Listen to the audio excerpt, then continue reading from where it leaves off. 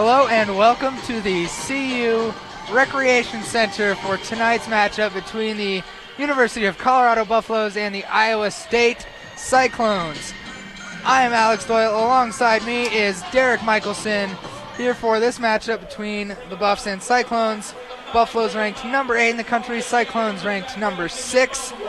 Derek, what are you thinking that Buffs need to do to come out with a win here tonight? So, coming into it, I think one of the first things I saw on the pregame notes sheet that we got is I'm looking at this. I'm seeing Iowa State has 103 goals for this year and only 36 against. Now, on the flip side, the Buffaloes only 62 goals for, but a pretty similar 37 goals against. So, and one of the highlights here has been Colorado's defense throughout this season so far, especially their penalty kill. So, unfortunately, we've seen it several times. So hopefully that can change tonight. On a team that's as dangerous scoring as Iowa State, you never want to give them many opportunities. But that's going to be something that Colorado's going to need to fix tonight if they want to walk away with that W. Or I guess skate away with that W. Yeah, that was a punny one there, Derek. Yeah, had to throw that one in there. I'm trying to get all those out of the way before the game starts so we don't torture the people at home. All right, well, starting lineup for the Buffs at center, we have Matt Anders. Left wing is Thomas Jarman. Right wing, Jake Bauer. Defensemen are Matt Hefter and Alex Temby. And your starting goaltender for the Buffaloes, Colin Champagne. Colin's been good all year round. Needs to find some backup so that he doesn't have to play every game. But yeah, he has come up with some big saves. And then starting lineups for the Cyclones, we have number 28, Jake Arroyo. Number 27, Alex Stevens. I can't see some of the other numbers, so I apologize. But starting in net is Matt Gedeke. He's played 13 games. He's won 9 of them, lost 1 in regulation. Definitely a super good goalie, and we're going to go away for the national anthem. We will be right back.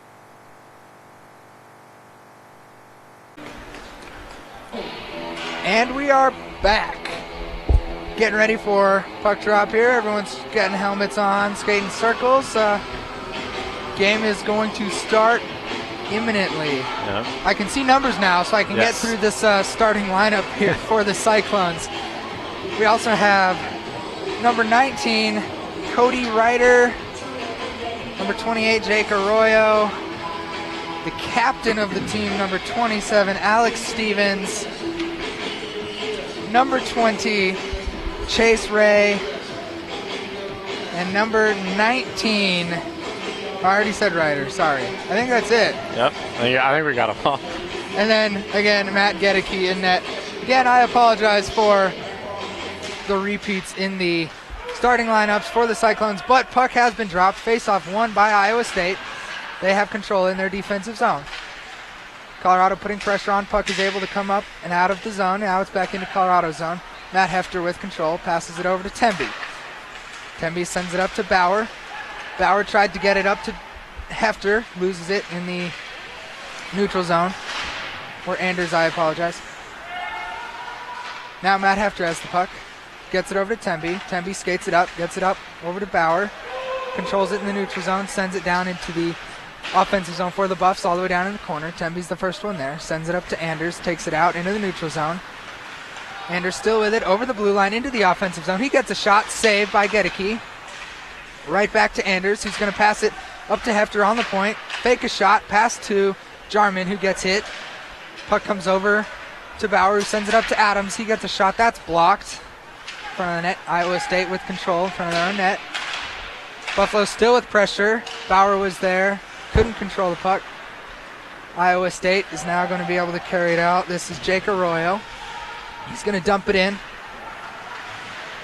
Colton Kramer will be the first one there. He's going to be in a battle with a few Buffaloes in the corner. Buffaloes come out with it, try to get it out. It's held in at the point by Corey Sellers, who sends it right back into the other corner. No one has Real possession. Now Salvato's going to come out with it. He's going to skate it through his defensive zone. Get the puck over to Nitchin, who skates it over the blue line into the offensive zone. He's going to skate behind the net, leave it to Salvato. Gets a shot, goes just wide of the net. Kardash from the point takes a slap shot. That's blocked. Pilkington has it. Salvato now has a way. He has puck. Now leaves it for Nitchin. Nitchin still with the puck. Loses it now. Iowa State's able to skate it through the neutral zone and into the Buffalo zone, where it's knocked off of the skate of Eric Kardash. Kardash behind the net to Salvato. Salvato in the corner, bobbles it. He gets checked. Iowa State comes out of the corner with the puck in the slot. Jake Uglum with the shot. Big hit in the corner on John Dora by Iowa State. No call on the play. Puck sent all the way down behind Matt Gedeke. He leaves it for a teammate who has possession of it. Puck still behind the net. Finally, Iowa State comes away with it, and they're going to try to get it up and out. They do, but that's blocked by Carter in the neutral zone. He can't control it, and it comes right back onto Iowa State's stick and it back into the defensive zone. They're able to get it up. Preston Blanick skates it up and into the zone. He dumps it into the corner. Hefter, Gruber battling for the puck. Iowa State again comes out with it. Now Carter has it, leaves it off the boards for Gruber. Can't quite control it. Hefter down in the corner. Hefter behind the net. Hefter still with it behind the net. No one really pressuring him to lose it. Now he's going to leave it to Temby. Temby skates it up, and now he's going to get it to Carter. He's going to skate it off the boards. Get it to Marchese in the corner. Marchese going to leave it to Carter. Gets a quick shot off. Saved by Gedeke. Puck up to Hefter. Hefter's shot goes just wide. Marchese in the corner. Leaves it for Carter behind the net. Carter can't get there. Puts a check on his man, and now they're battling for the puck behind the net. 3 Iowa State players to 2 Buffalo's players. Puck finally comes free, and it looks like it's going to be Marchese. He's going to gain control of it in the corner. He gets hit. Going to have another battle. Now it's going to come out. Looks like penalty on Iowa State. I believe it's going to be a hold. Yep, looks like we're getting a hold from the official there. Quite a long play there without a whistle. The officials really letting him go, but nobody's being too aggressive. I mean, we saw the one big hit there, but so far both teams have been playing pretty good hockey, being pretty patient, kind of feeling each other out, it looks like, for this first bit of this first period. But now we get a chance to see Colorado's power play. They've done better recently. At the beginning of the season, they struggled. I think they were only converting about 10-ish%, 9%, but up to 13% after the last couple games, and they have an opportunity here. Let's see if they can get that early lead. Yeah, the penalty was a 2-minute holding call on Cody Ryder, so he will now spend 2 minutes in the penalty box. Face-off was won, and it's down into Iowa State zone. Now the Buffaloes have control. That's Jarman from the point. He gets a shot, saved by Gedeke. He'll hold on for the whistle.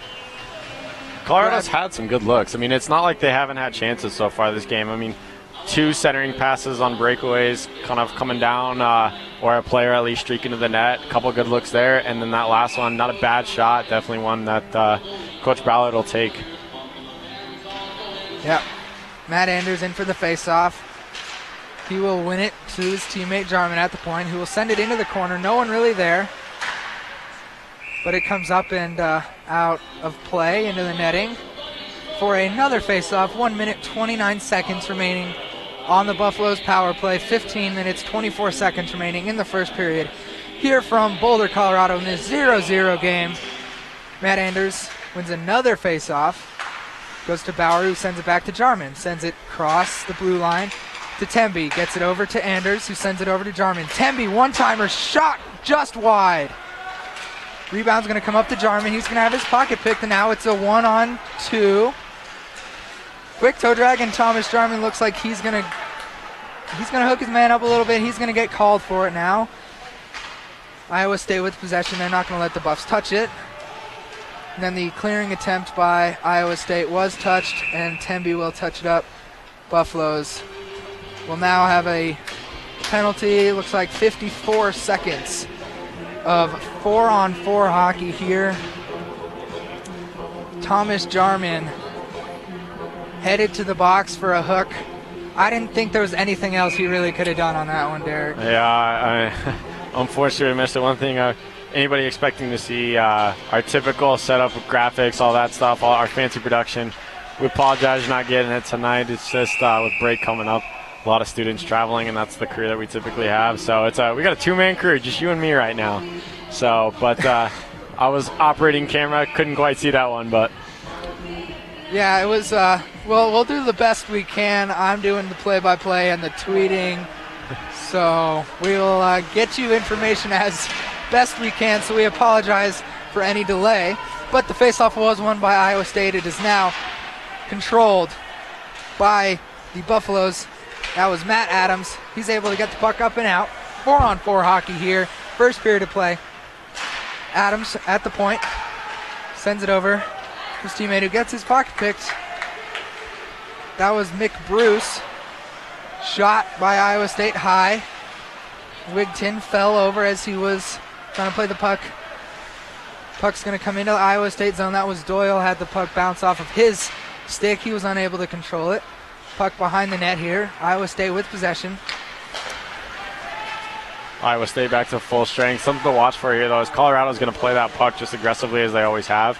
It's kind of their hallmark this year for penalty kill. It's partly why they've been so successful.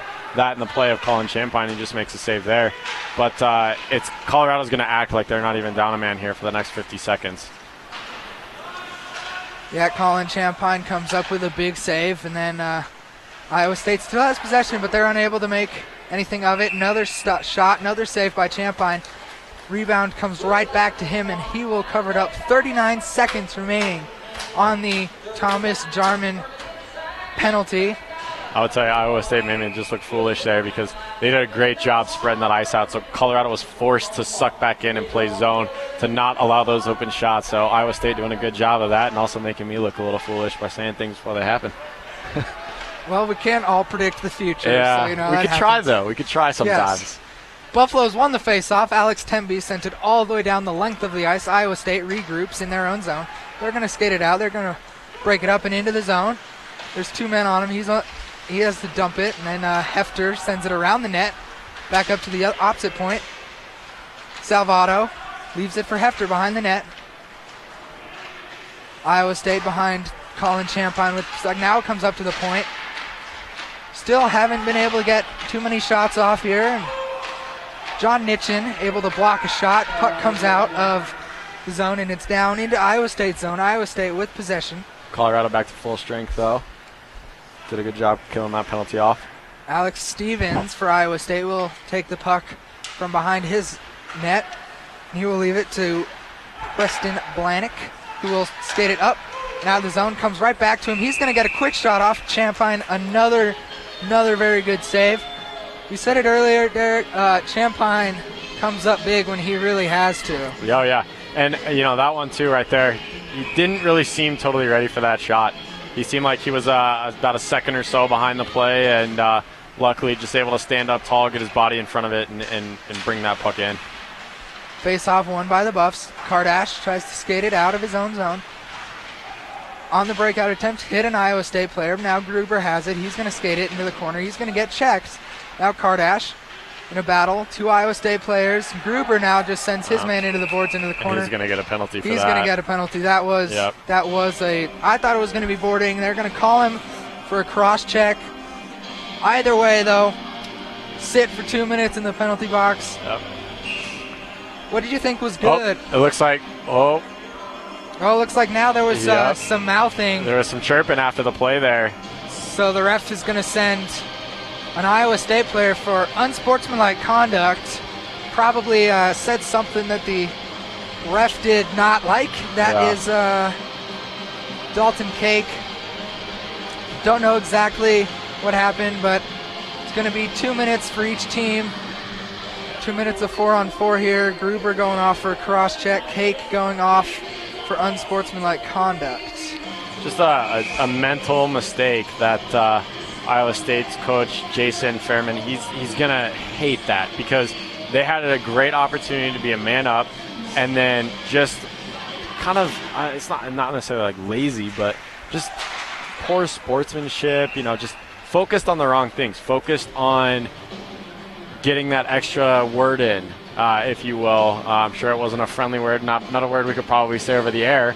We didn't hear it, but whatever the official thought, why even say that? And unfortunately made the mistake, and that means that we're playing 4-on-4 hockey, so it's essentially like nothing happened in that regard, and Iowa State doesn't get that opportunity to be a man up. Faceoff was won by Iowa State, who got a quick shot, but saved by Champagne. It was held on to. The next faceoff was again won by Iowa State. Now they're going to control it. Skated through the neutral zone. 2-on-2 here. Now another shot, another stop by Champagne. Champagne holds on for a faceoff. But yeah, like what you were saying earlier, those are just the kind of penalties that, as a coach, you really hate, because you don't want to. You have the opportunity to be a man up on a team that has had some success on the penalty kill, but all it takes is one good shot that Champagne can't see, and then you're up 1 goal, get a power play goal. But now they don't have that opportunity. Buffalo's won the faceoff. Bradford in the corner. He's going to send it to John Dorr, who's going to get it up and out to Thomas Jarman.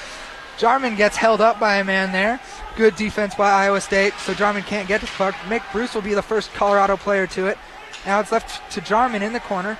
Jarman still has it. 1 minute, 8 seconds remaining on the penalties. 11 minutes, 10 seconds remaining in this period. Matt Adams from the point sends it down into Jarman, who's going to get it to Bradford. Bradford unable to get a real shot off. He has possession behind the net. Still has possession. Now it's left up to Mick Bruce, who takes a slap shot. That goes wide. Comes back up to Adams, who's going to send it right back down to Bradford. Unable to get to it.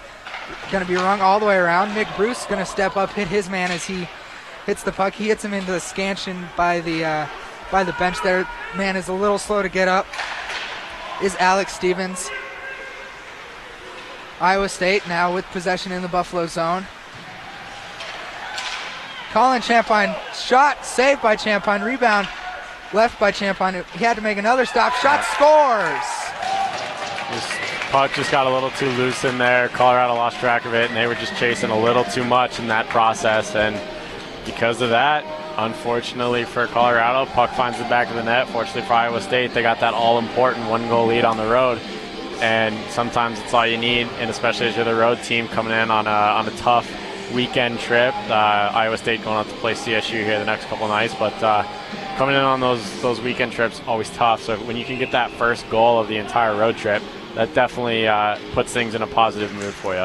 Yeah, Iowa State is a team that has not played a lot of road games this year. They've played 4, won 3 of them, lost 1 in a shootout, but their home record is 11-2 with 2 shootout losses. So they get the first goal here. That was number 22, Colton Kramer. Team's back to full strength. 10 minutes to go in this first period here. Iowa State with possession again.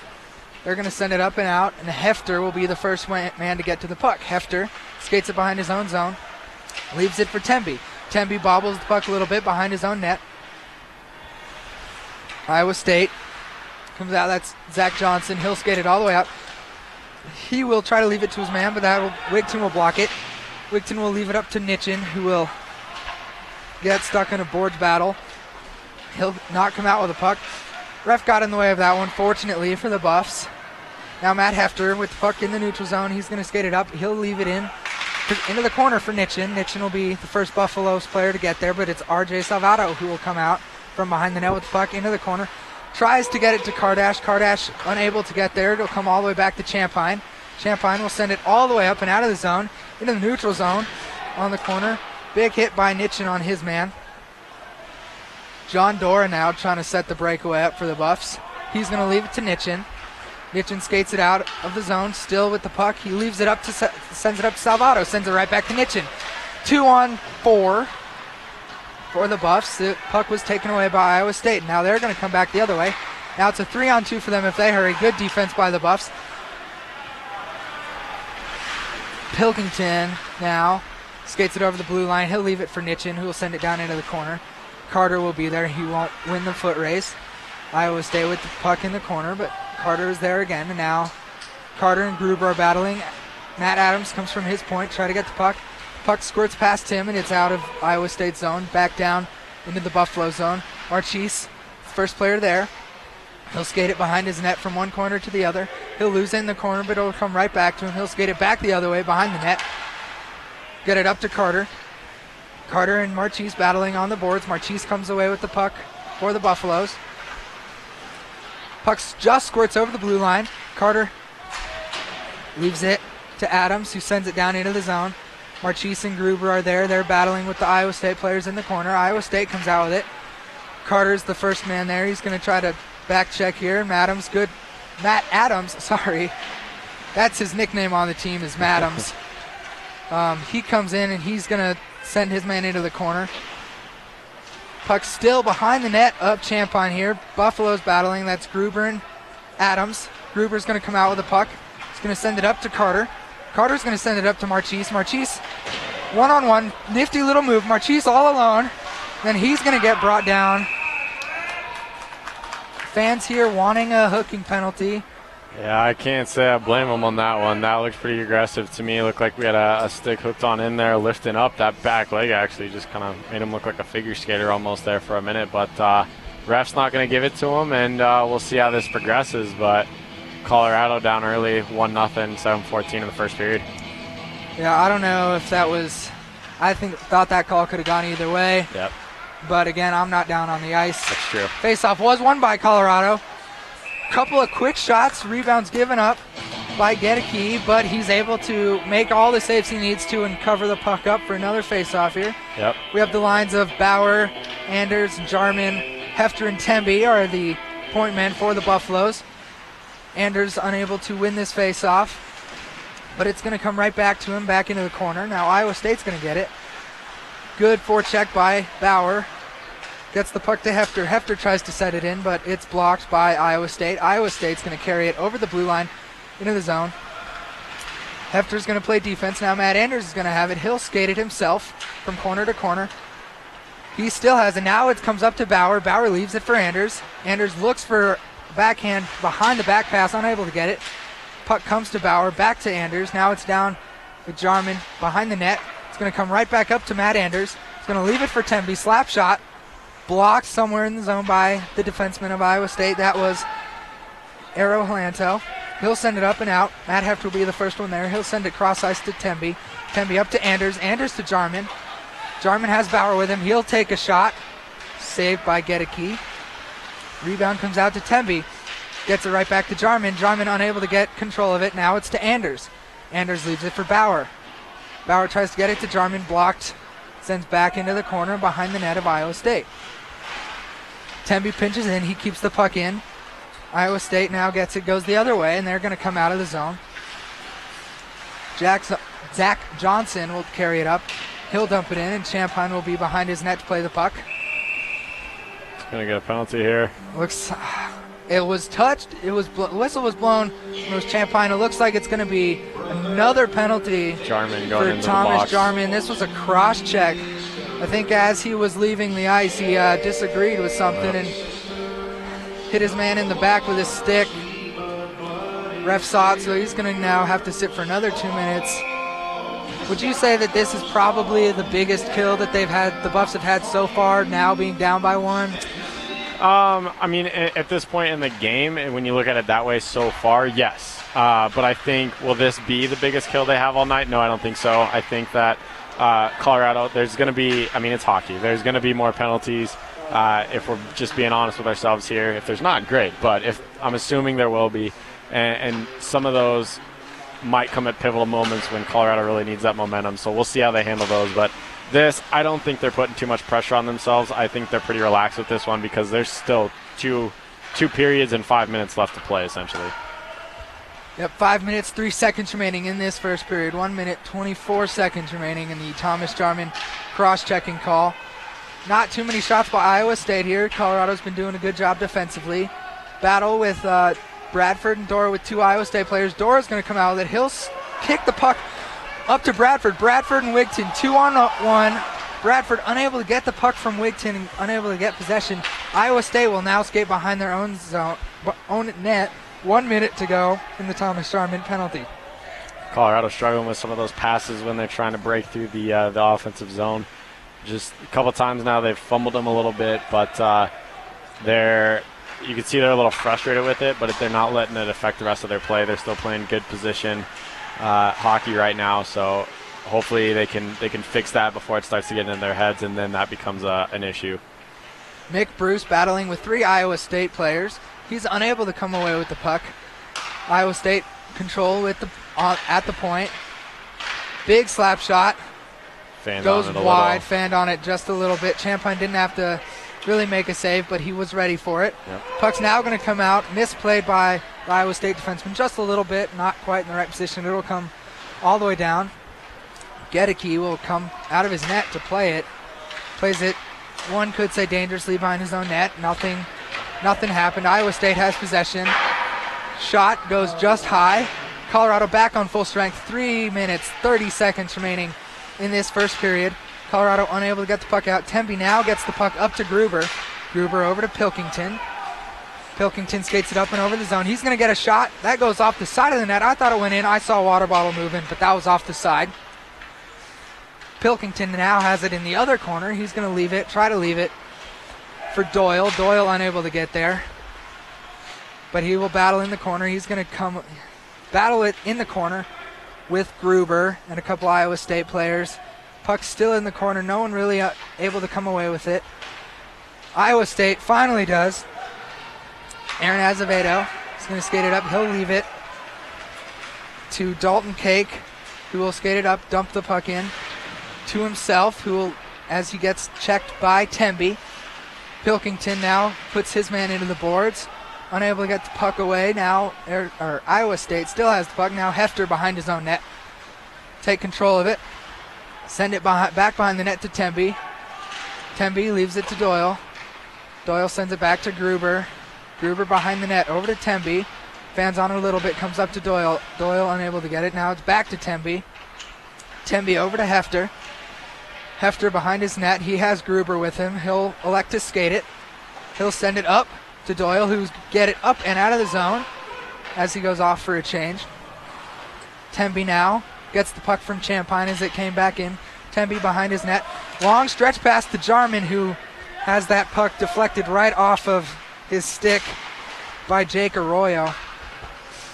Arroyo leaves it for a couple teammates who are able to send it up, and Alex Temby will be the first one there.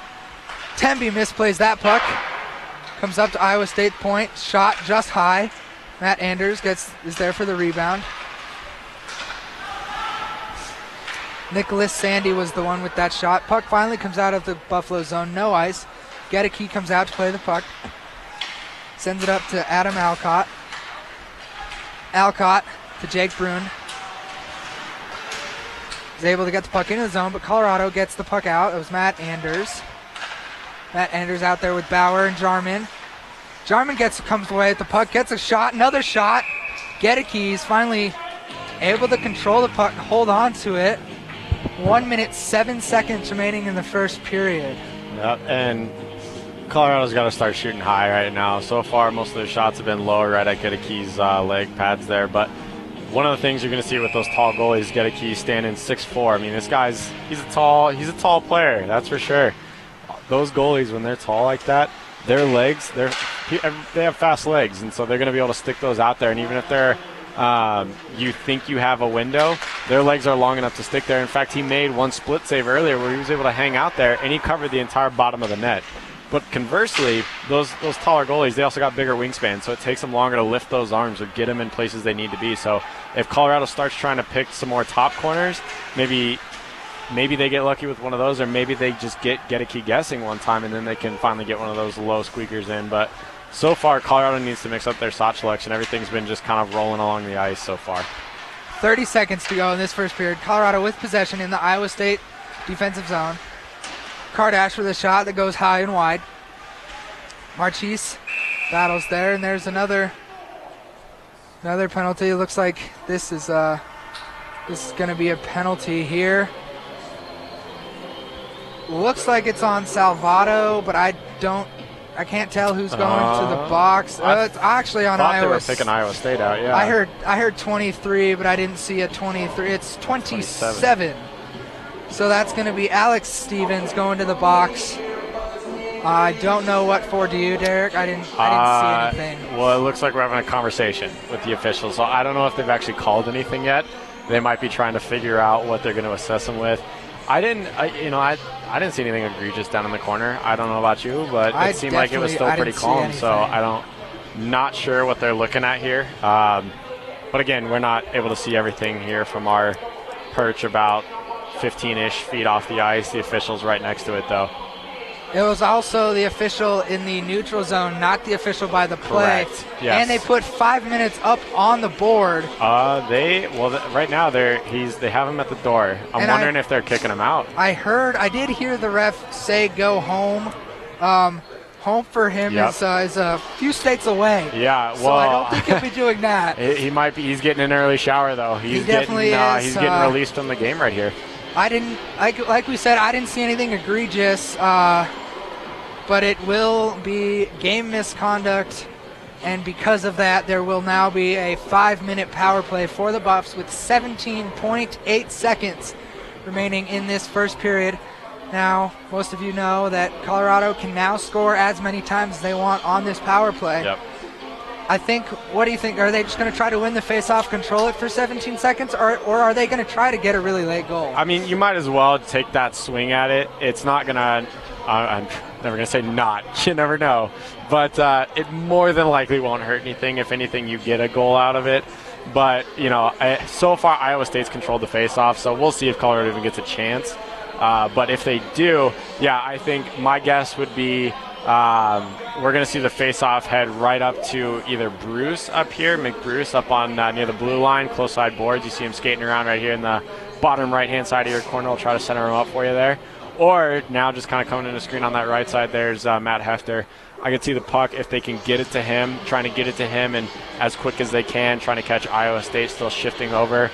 If they can get that, look great. But I think what we're going to end up ultimately seeing is about roughly 4 minutes and 40 seconds of a power play in the second period, because at this point, 17 seconds, not a lot of time to really set anything up or do anything with it. Well, and even if they did score, it would still be 4 minutes and 40 seconds. Well, that's true, yes. Because but I they think can score as many times. But I do agree. Yeah. Against CSU, though, we did see CSU did score a goal with 0.6 seconds remaining in a period, then came back out and scored with 0.6 seconds into the next period. Yep, I was listening. I was on the road, so that's why I wasn't with you guys, but I was listening in my car.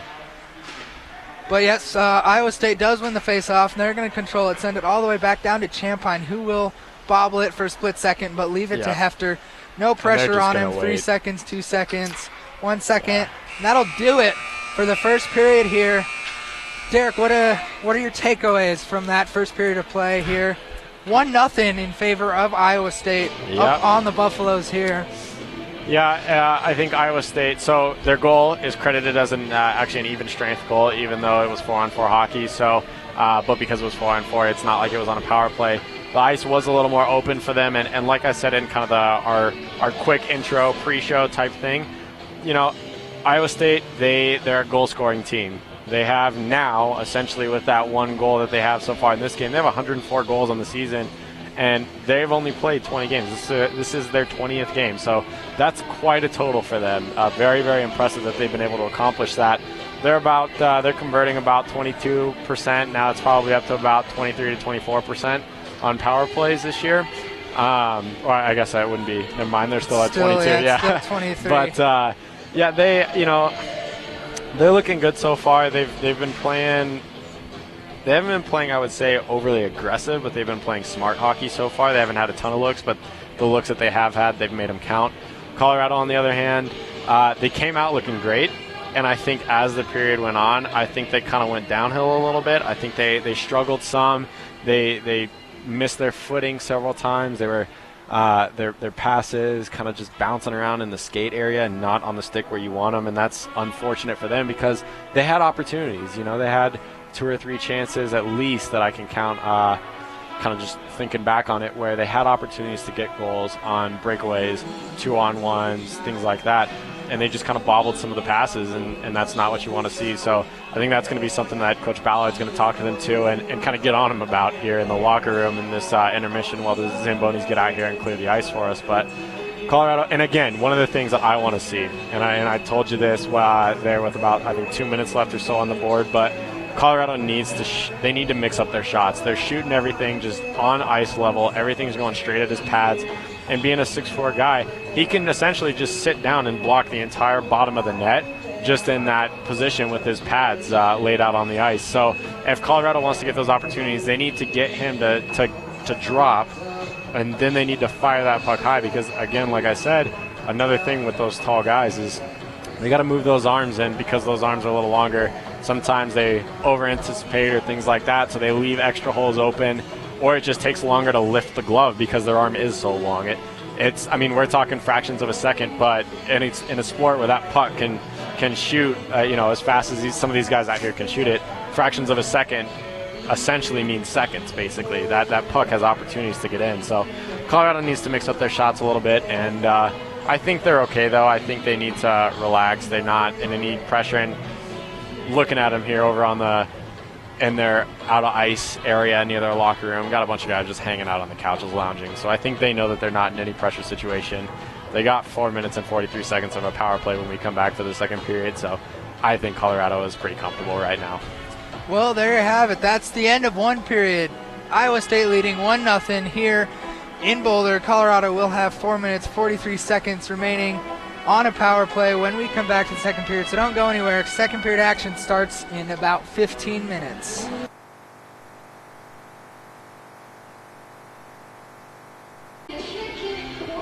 Welcome back for the second period of action here. We still have 35 seconds of intermission. Referees and linesmen just getting the nets off their pegs, or back on their pegs here, sorry. And then we will be back for the second period of hockey here from the CU Boulder Rec Center. Iowa State visiting the Colorado Buffaloes. Iowa State up 1-0. Colorado with 4 minutes, 43 seconds remaining on the power play after a butt end call. Yes, Alex I found that out too. Yep. That's a game misconduct, and because of that, there's a 5-minute major assessed, served by a teammate. Yep. So Colorado can score as many times as they want. How many times do we think they will score, if at all? They do have a 13.1% power play rating. They do. So it's not Put me on the spot. I gotta get my future prediction powers back out. Those didn't work so well for me earlier in the game. I think.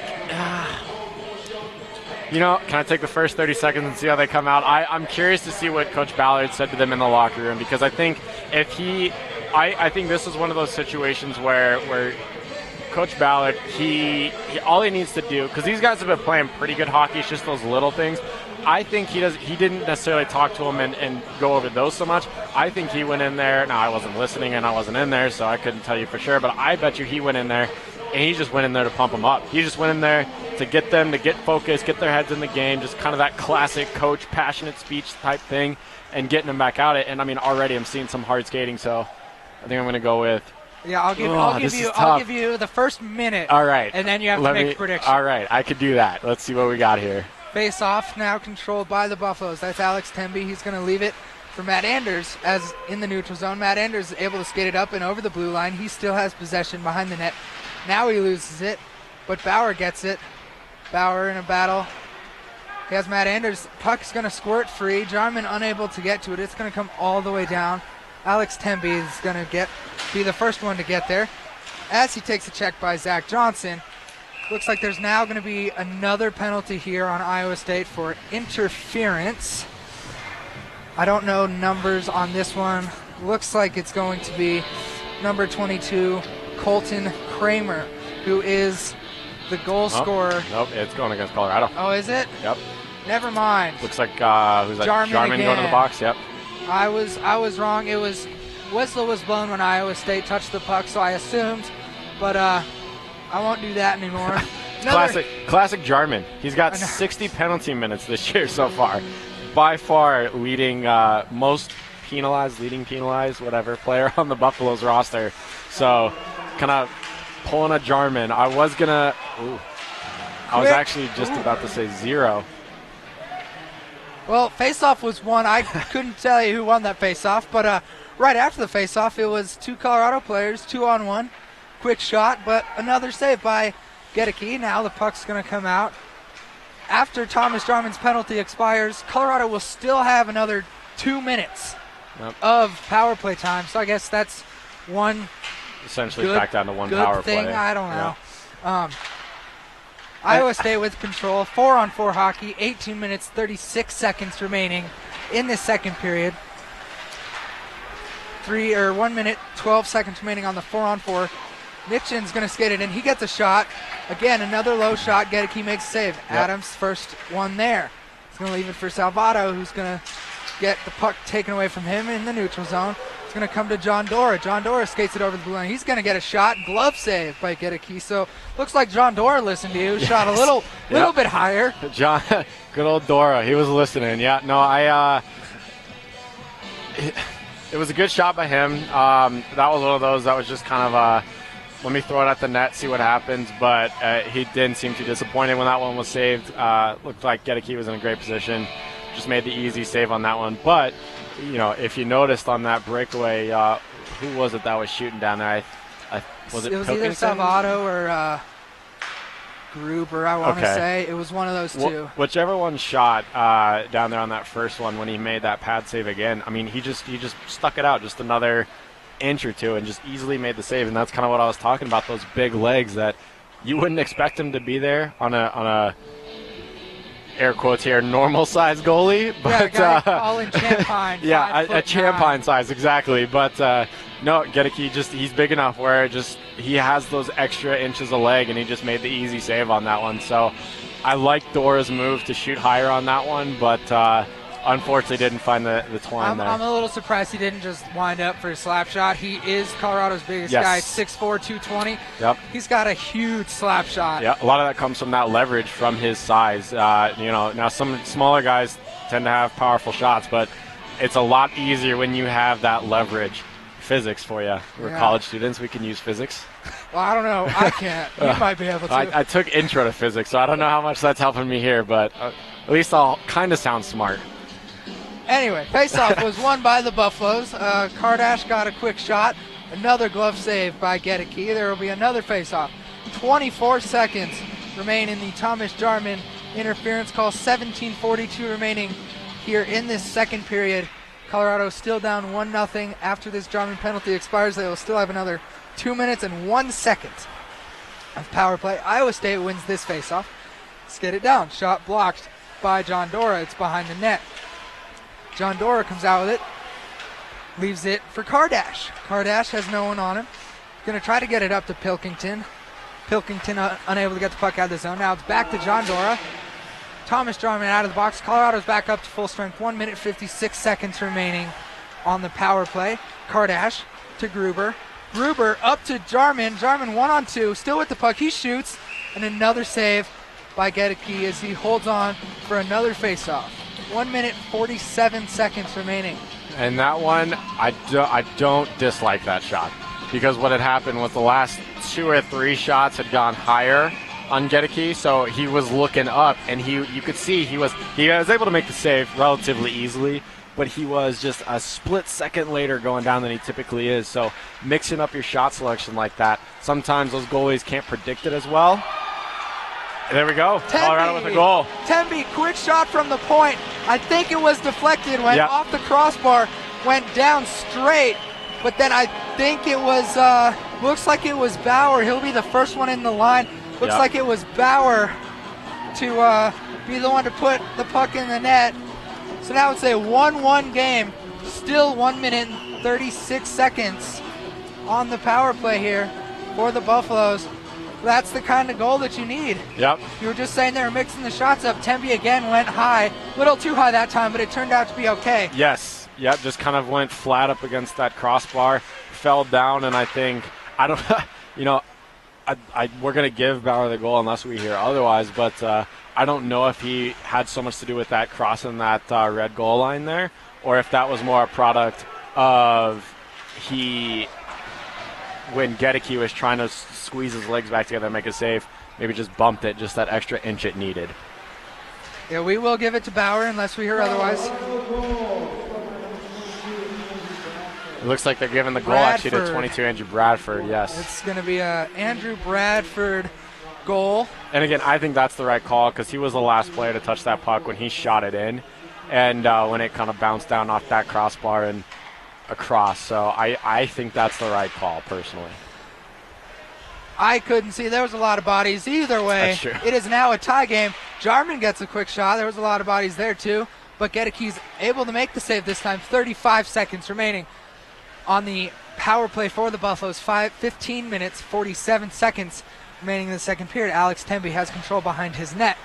Looks to break it out. He will skate it, leave it for Mick Bruce, who's going to send it in the neutral zone. Pilkington's going to get it. Shot by Nitchin, and he's going to score. Great job. Great shot by Nitchin there. So that is 2 power play goals within 30 seconds or so of each other for the Buffs.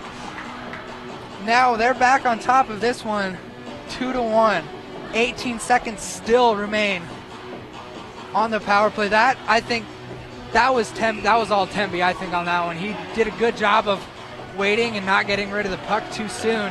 And when he did, Mick Bruce was able to get it up to Nitchin, who was able to just make a couple quick moves and just get Gedeke a little bit out of position, get a puck that sort of bounced off the post and went in. Yeah, in a sport as fast as hockey, it's not something you hear every day. It's not something you would expect to hear, but sometimes patience is king on that ice. If you can hold that extra second, if you can give that extra deke, a lot of times you're going to get opportunities like Colorado was able to get, and if you can put them away, then you're going to get a 2-1 lead like we see now. Back to even strength here, full strength and even strength for both teams. Is it too late to say I predict 2 goals from the power play there? Yeah, it's a little late because the power play's over now. Anyway. Yeah, I tried. But I don't think I would have predicted 2 either, so it's okay, given the 13% on the power play. Anyway, Iowa State won the faceoff, and now they have control behind the Colorado zone. Matt Adams takes 2 men down. Puck comes out. Salvato tries to get around his man. He's unable to do so. John Nitchin's going to be the first one to get the puck. Now it's a battle between Nitchin, Salvato, and that was Ryder for Iowa State. Iowa State now has possession behind their net. No pressure by Doyle or Wigton. Now Doyle will come in behind the net to pressure the puck a little bit. Bradford now gets the puck. He just scored. They're going to call hand pass. I think they're saying he held it too long and was skating with it. Okay. So it wasn't technically a hand pass, so I think it was just holding on to the puck there. Yeah, because all I saw the ref doing was indicating something with his hand. It wasn't a hand pass. He was just waving to you. Was. He just wanted to say hey. But then he didn't need to blow the whistle to do that. Buffaloes win the faceoff, send it down into the Iowa State zone behind the net. Now Iowa State's going to try to get the puck out. Kardashian able to keep it in. He's going to get tripped up and lose control of the puck. Now it's a 3-on-3, 2-on-3 really. John Dora has his stick in the right place. Big hit by Bradford. Wigton able to skate the puck out of the zone. He's going to dump it in as he gets hit there. Wigton is still out there with Doyle and Bradford. Still back checking those 3 now. Puck is sent down behind Champagne. Champagne plays it to Hefter. Hefter's going to get it up to Bradford. Bradford has Wigton with him. He's going to leave it for Wigton. Doyle comes off the ice. Still has his line mates out there, but now it's Coleman. Sorry for the delay there. Haven't seen him out there much, but Champagne gets the shot. He could see the whole way. He's going to cover it up as Iowa State was forechecking. 13 minutes, 10 seconds remaining in this second period of hockey here. Quick track meet there the teams had going on. Up and down the ice, both teams trying to take advantage of changes. Face-off was won, I believe, by Colorado. They're going to skate it out. 2 men almost collide. That was Coleman and Gruber. Neither one of them actually hit each other, so they both stayed up. Carter, Gruber, and Coleman are the Buffaloes out there with Temby and Hefter. Iowa State with control through the neutral zone. Bounces off a couple of sticks. Now Hefter's going to have the puck behind his net. He's going to leave it for Temby in the corner. Puck goes over Temby's head. Now it's in the corner. Hefter falls over. Coleman, her stick broken by Iowa State on the shot. That's why the shot didn't have as much mustard as the player wanted. Carter, Coleman, 2-on-3. Gruber trailing. Puck's controlled by Iowa State, sent all the way down for an icing call with 12 minutes, 15 seconds remaining in this second period here in Boulder, Colorado. Not a huge turnout here. I think it's almost more Iowa State fans than there are Colorado fans, but as we were talking earlier, it is almost Thanksgiving break, and so people are heading out of town tonight. It's a rarity for Colorado to be outnumbered here in this building, averaging approximately now. Yeah, I don't know the exact count, but approximately 400 attendance at home games here. Yeah, definitely gotten a little bit more attendance the last couple years after the rec center renovation. Yep. Face-off after the icing call was won by Iowa State, who promptly iced the puck again. We'll have another face-off here. The other side of Gedeke, Matt Anders wins the face-off over to Jarman. Jarman had possession for a little bit, got it poked away. Now he leaves it for Anders, who sets it up for Bauer, shot just high of the net. Adams is going to get a shot off. That's a bouncing puck. Matt Anders puts a body on his player. Bauer gets taken down in the corner. Jarman still has it. He's going to try to get it to Matt Adams.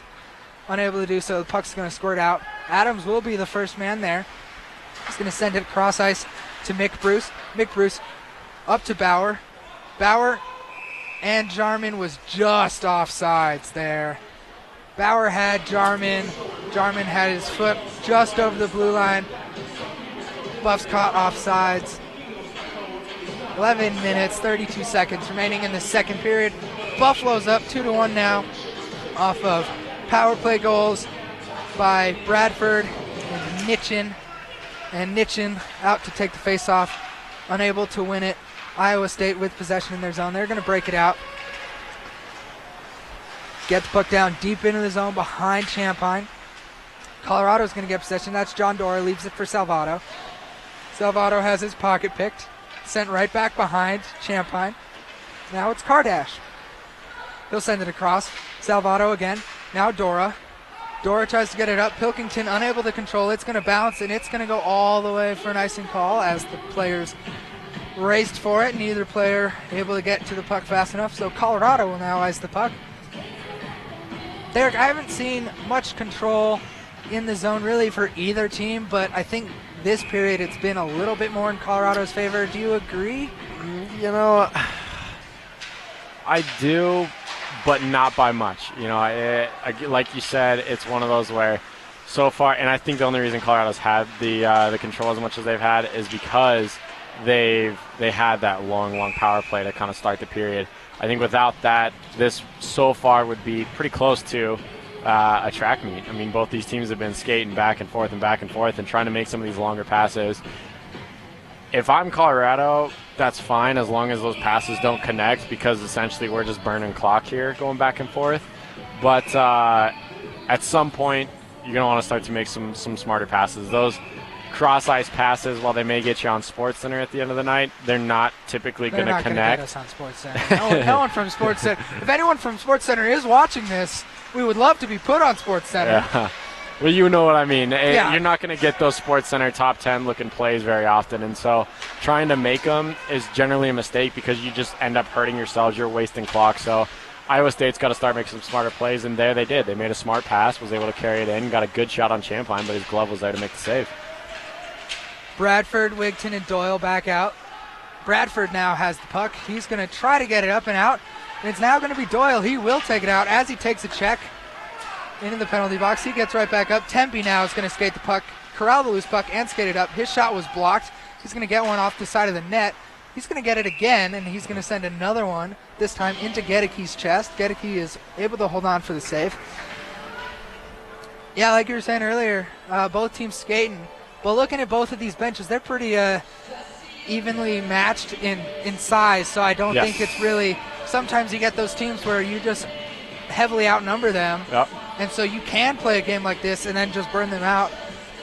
This is going to be a game of It has been a game of cat and mouse, and it's Yep. just going to come down to whichever team is stronger and fresher.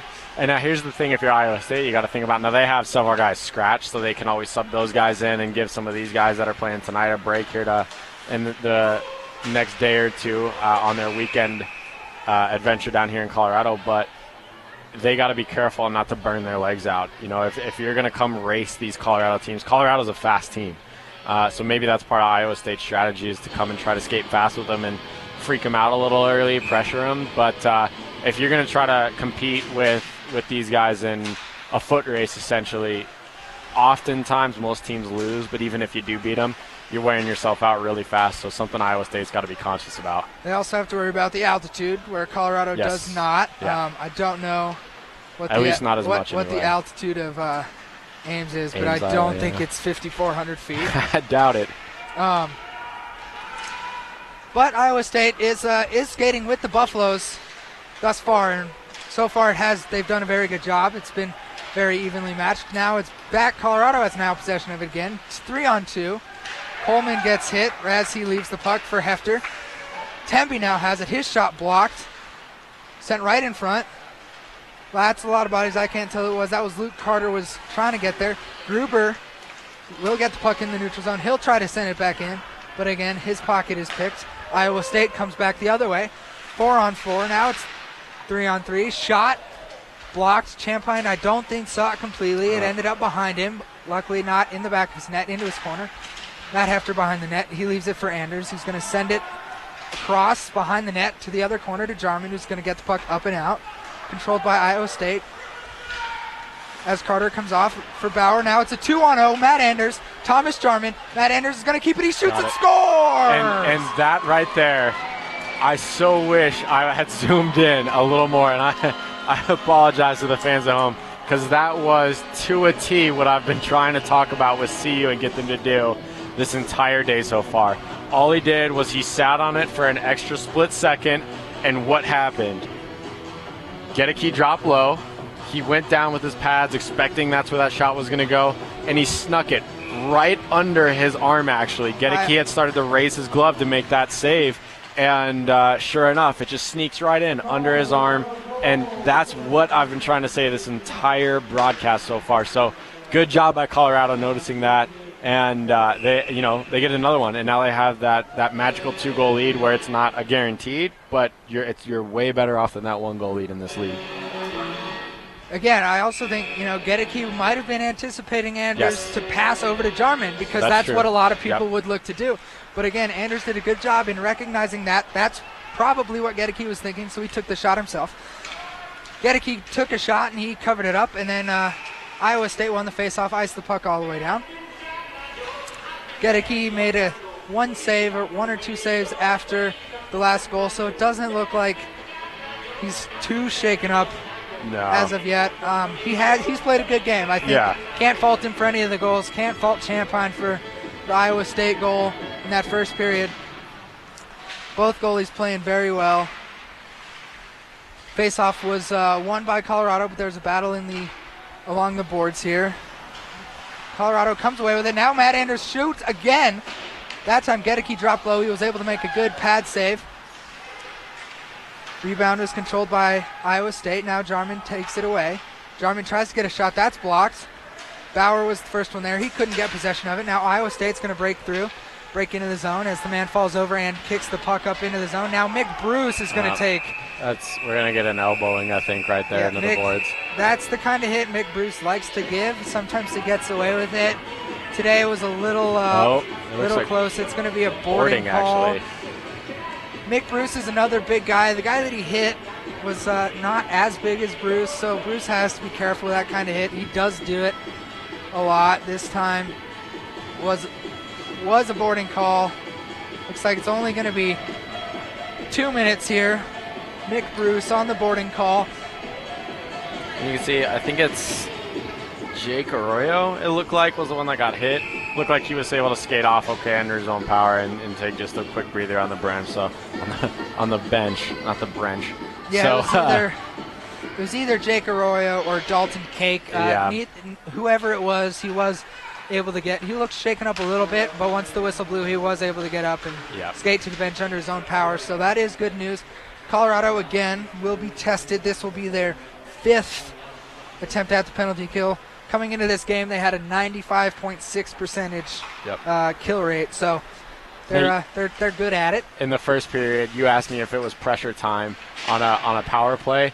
This one, I would say yes to. I think this is a very pivotal power play opportunity for Iowa State. I think they need to get a goal here to kind of calm some of their nerves, because now you went from having a 1-goal lead on the road to all of a sudden you're now down 2 goals on the road. And so this is one of those where Iowa State, I think, really needs to have something happen for them if they want to keep their psyche intact going into the third period.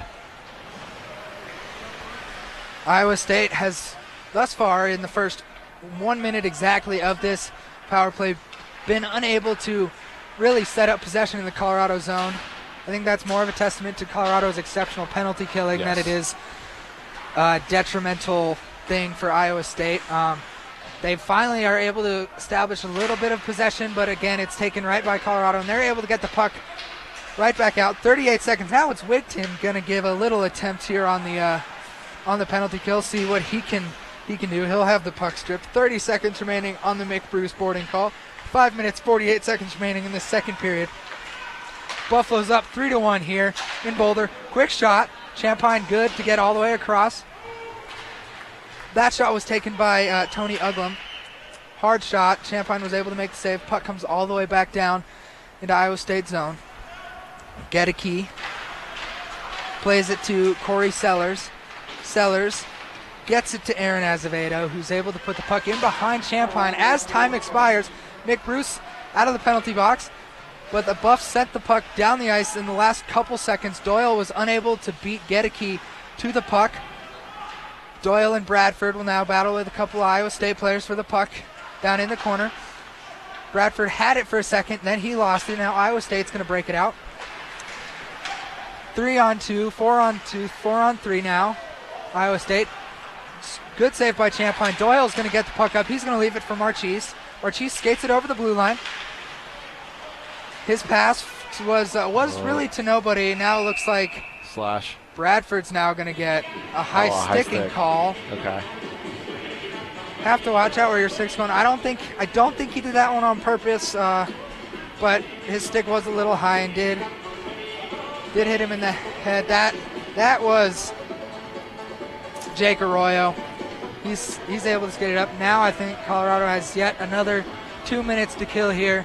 4 minutes, 43 seconds remaining in this second period. Now, but that last kill by Colorado, that's more of the penalty kill style that I was talking about in the first period with the Buffaloes. That's what I was looking to see, that very aggressive play. I mean, a couple times you saw Wigton playing aggressively all the way down on the other end of the ice near the circles. So, I mean, that's pretty deep in the zone if you're going to be trying to kill a penalty. So that's the aggressive play that you look for when you see a Colorado penalty kill. Iowa State was able to win the face-off. They had possession for a little bit before it was taken away by not Mick Bruce. That was Adams, and he sent it all the way down. Iowa State able to break it out of the zone and down into the Buffalo zone, but Adams again will be the first one there. Now it's going to be Gruber. Gruber from his own zone. He'll skate it out over the red line, and he will just gingerly dump the puck into the Iowa State zone. Coleman will be there. Forecheck a little bit, not too hard. 1 minute, 8 seconds remaining on the penalty to Bradford. 3 minutes, 47 seconds remaining in the second period. Hard shot goes just wide. Champagne looked like he was going to try to make a fancy glove save. Didn't really need to. The puck went wide, and it comes all the way back down into the Iowa State zone. Arrow Helanto is going to set up the breakout. Iowa State's going to come out. It's going to come back to Helanto. He's going to be just too slow, and Dora's going to get there, but Helanto's going to get it right back. Now John Dora battling with a few Iowa State players himself. It's Zach Johnson with the puck. Now Kardash is going to unleash a slap shot that's sort of blocked at the boards here, the hash marks, and it's still deep in the Colorado zone. Iowa State with possession. bobbled a little bit. Now Dora is able to get the puck out. 12 seconds, 11 seconds on this penalty for the Buffaloes. 2 minutes, 48 seconds remaining. Time is going to expire as Matt Anders and Jake Bauer are in the offensive zone. Jake Bauer tried to get a little too fancy, loses control of the puck. Jake Brunn for Iowa State's going to carry it up. He's going to get a shot. Champagne makes the save. Jarman gets the rebound. He tries to get it up and out, unable to do so. It's right back down into the Colorado, deep in the Colorado zone. Jake Bauer tries to leave it for Matt Anders. Matt Anders gets run into by an Iowa State player. They battle for the puck. Iowa State comes out with it. Thomas Jarman, good defense, lifts up the stick. Still down deep in Colorado zone. Matt Anders puts a big hit. That was on John Severson. Both players able to skate away. No penalty on the play. Temby just squirts the puck past the Iowa State defenders and into the zone. Thomas Jarman was the first one there. Jake Bauer, Thomas Jarman. Now John Nitchin is out for Matt Anders. Thomas Jarman, as he was getting off the ice, put the puck right back into the offensive zone. Jake Bauer still out there. Iowa State is now able to get a little bit of possession and send it all the way down. Temby will be the first one there. He'll send it right back up. Misplayed in the neutral zone by Iowa State, but it comes right back onto his stick. That was the stick of Severson again. He puts it down. Hefter now is going to skate it out of the blue line. He will send it up to Nitchin. Nitchin over the blue line. He has Salvato. He drops it to Salvato, who was not quite ready for it. Hefter took a big shot or big hit against the glass. Looks like Nitchin wanted some call. He has snow on his leg. He's not going to get a call. 1 minute remaining in the second period. Buffalo's up 3-1 in the second period here in Boulder. Iowa State with possession in the zone. Shot goes just wide. Caught Champagne off guard a little bit. Ref blows the whistle. I don't know what the whistle was for. I think it was... Champagne's net came off. Yes, okay. yeah.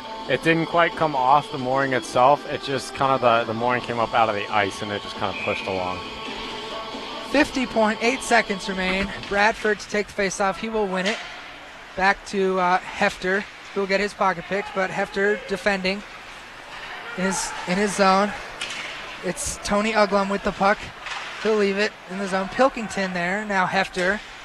Hefter, quick little stop and spin move. Still has the puck. Hefter doesn't, you don't see defensemen doing that often, but Hefter is definitely good on his skates. Yeah, Hefter's got some skills. He's definitely somebody that, if he has an opportunity, he's a defenseman that can score. He's got some offensive skills about him, so definitely somebody that you always got to be aware of when he's on the ice and gets near that puck. 13 seconds remaining in the second period.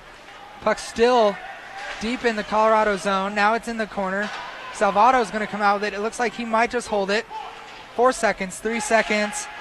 No one really has possession, and that will draw this period to a close as there's a little bit of extra pushing and shoving. And a referee is going to get a penalty on this as well. I think it looks like it's going to be on Iowa State because I saw an Iowa State glove in the face of Salvato. That was the last thing that I saw. They might get Salvato as well. Pointing at both. I wonder if he realizes that it's the end of the period because he's pointing at the boxes. He really wants them to go to the penalty box. Yeah, he wants them to go to the box, but yet none of them are going to go. Yeah, because I think they're starting to figure it out. That hold up, period's over. Yes. When we know about the penalties, we will let you know. But so far to me, it looks like it's either going to be a Buffalo's power play or they're getting Salvato on the Buffaloes for sure. Yep. For 2 minutes, I don't see. But that looks like it's it. That looks like it's it. So I was wrong. Salvato will be the only penalty up on the board. That's the end of 2 periods here in Boulder. Your Buffaloes are leading the Iowa State Cyclones by a score of 3-1 after a 3-goal period for the Buffs. Champagne was solid in net that period, stopped every shot that came his way. There weren't many, though, Derek. No, not a lot. I'd be interested to see what the official tally is over there on the opposite side of the rink on what they had for shots. But yeah, I don't think it was a ton by any stretch of the imagination. I had to guess. I would say maybe 5 or 6-ish. I would say less than that, but yeah. That's on the high end. Yeah. So, we'll get those stats for you, and we will let you know at the top of the third period. But sorry to cut you off. Yeah, You can continue. No, I was just going to say it'd be interesting to see what it was ultimately. But I think, Colorado definitely made some good adjustments there in that last intermission. Now pressure's on Iowa State. Now, especially coming into, coming into this third period, if this is the only penalty that's going to go on the board here, they have a significant opportunity because the ice is going to be a little more open. If they can get one back in those first 2 minutes, that is going to be huge. That totally changes the complexion of the third period. If they don't get that goal in the first 2 minutes, this is a situation where, all right, pressure's on. Now it's time to, I'm not going to say panic time right away out of that first 2 minutes if you don't get that goal, but if you don't get that goal, you got to start really pushing the issue. You got to really start trying to be a little more aggressive because Colorado, they play so aggressive and so fast that you don't want to give them opportunities. So if Iowa State can be aggressive instead and maintain a lot more of that possession, they'll have a better opportunity to do that.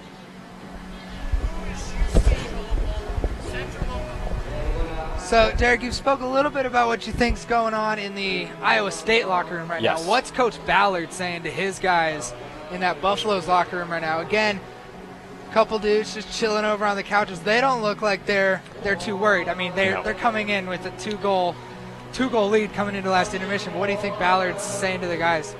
How we doing, boys? That's about it. Honestly, that's all Ballard needs to say. He whatever he said last intermission, it worked. So essentially, all he's got to go in and say is keep it up. Making sure they're relaxed. I wouldn't be surprised if maybe he's trying to tell a joke or two, or maybe one of the guys in there is telling a joke. Because right now, Colorado, they just need to relax. They just need to play smart hockey. They need to not get overextended on anything. So if anything, that's maybe the only coaching advice he's giving them is just making sure they're playing smart hockey. Because you never want to play to not lose a game, because a lot of times that's when you will lose a game. But at the same time, there's no reason to play full speed and try to get 5 more goals and be out of position and give Iowa State breakaways. So I think, if anything, that's all he's really telling them. But essentially, he's probably just telling them to keep it up, play smart hockey, finish this one out, and that way they can go home and relax tonight.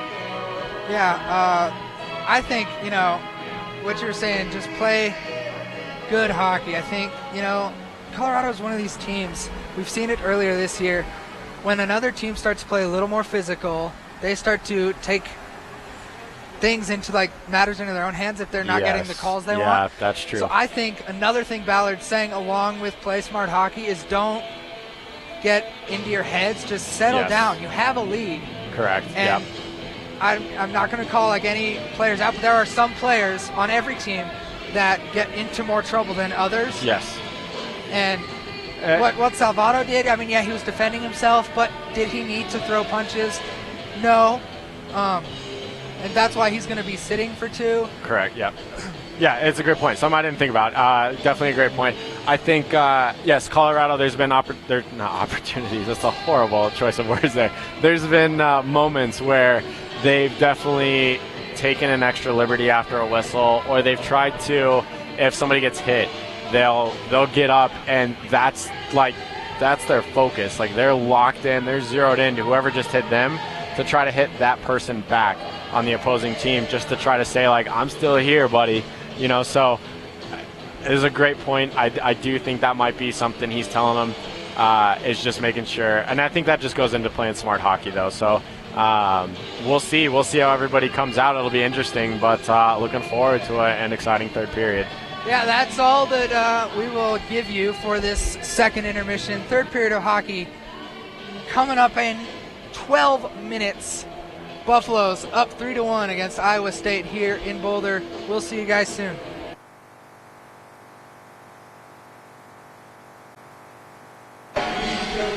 Welcome back to the CU Rec Center for the third period of action here between the Colorado Buffaloes and the Iowa State Cyclones.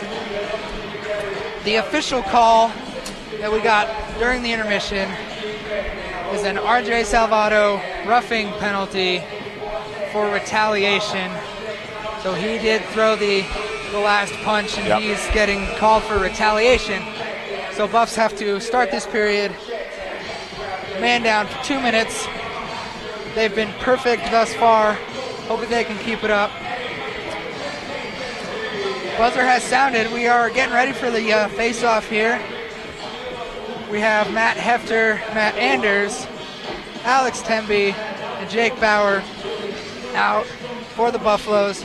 For Iowa State, Zach Johnson, Jake Brune, Jake Arroyo, Jake Uglum, and Aero Helanto. Face-off won by Iowa State. Helanto now has it in his own zone. He's going to make a long stretch pass to his teammate who's going to put it in the zone. Hefter's going to be the first one to get there. He's going to try to get the puck out, unable to do so. Iowa State still with possession. Puck gets poked away by Hefter. Iowa State regains possession. Now it's Matt Anders applying a little pressure. Puck stays in. Good block by Hefter. Shot saved by Champagne. He directs that one into the corner on the rebound. Puck behind Champagne. Temby's there for the Buffaloes. Iowa State still has the puck. Puck comes out, sent right back in, and it's offsides. Everybody saw it. He got a lot of calls for it. Calls coming from the bench, that is. But, yeah, everybody saw it. Cross that line just barely, just ever so slightly, but sometimes that's all you need. Offsides is the call. Another face-off. This one will be taken by Nitchin. He will not win this one. Iowa State, possession in the neutral zone. They're going to skate it up into the Colorado zone. Matt Adams will be there for the Buffs, as will Mick Bruce. Neither of those players has the puck. Iowa State with possession in the corner. That's Jake Brune skating it. Now, finally, Pilkington will get possession for the Buffs, and he'll ice it all the way down. 50 seconds remaining on the Salvato roughing call. 18:46 remaining in this third period. Iowa State looking to try to set something up. Get the puck out of their zone. It's into the neutral zone, over the blue line. It's a 3-on-3. Shot saved by Champagne. Rebound corralled by Mick Bruce. He sends it up. Pilkington will be there, and he'll send it all the way down. 29 seconds remaining on the Salvato minor. Iowa State again, breaking it out of the zone, into the neutral zone, over the blue line into the Colorado zone. Unable to get a shot off as Gruber gets possession of the puck, and he's able to get the puck out. John Nitchin, Gruber, 9 seconds remaining on the penalty. Nitchin gets a shot that goes just high and I believe into the netting. But the net 6 seconds. No, that's in the glove of Gedekes there.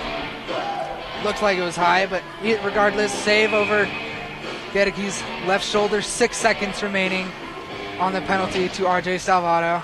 And that right there, Iowa State winning the faceoffs, that reoccurring theme, that's one thing that's really going to help them try to overcome this deficit here in this third period, because at this point, it's every chance you get is it needs to be a good chance for them, just to try to make sure they can overcome this 2-goal deficit here in the third.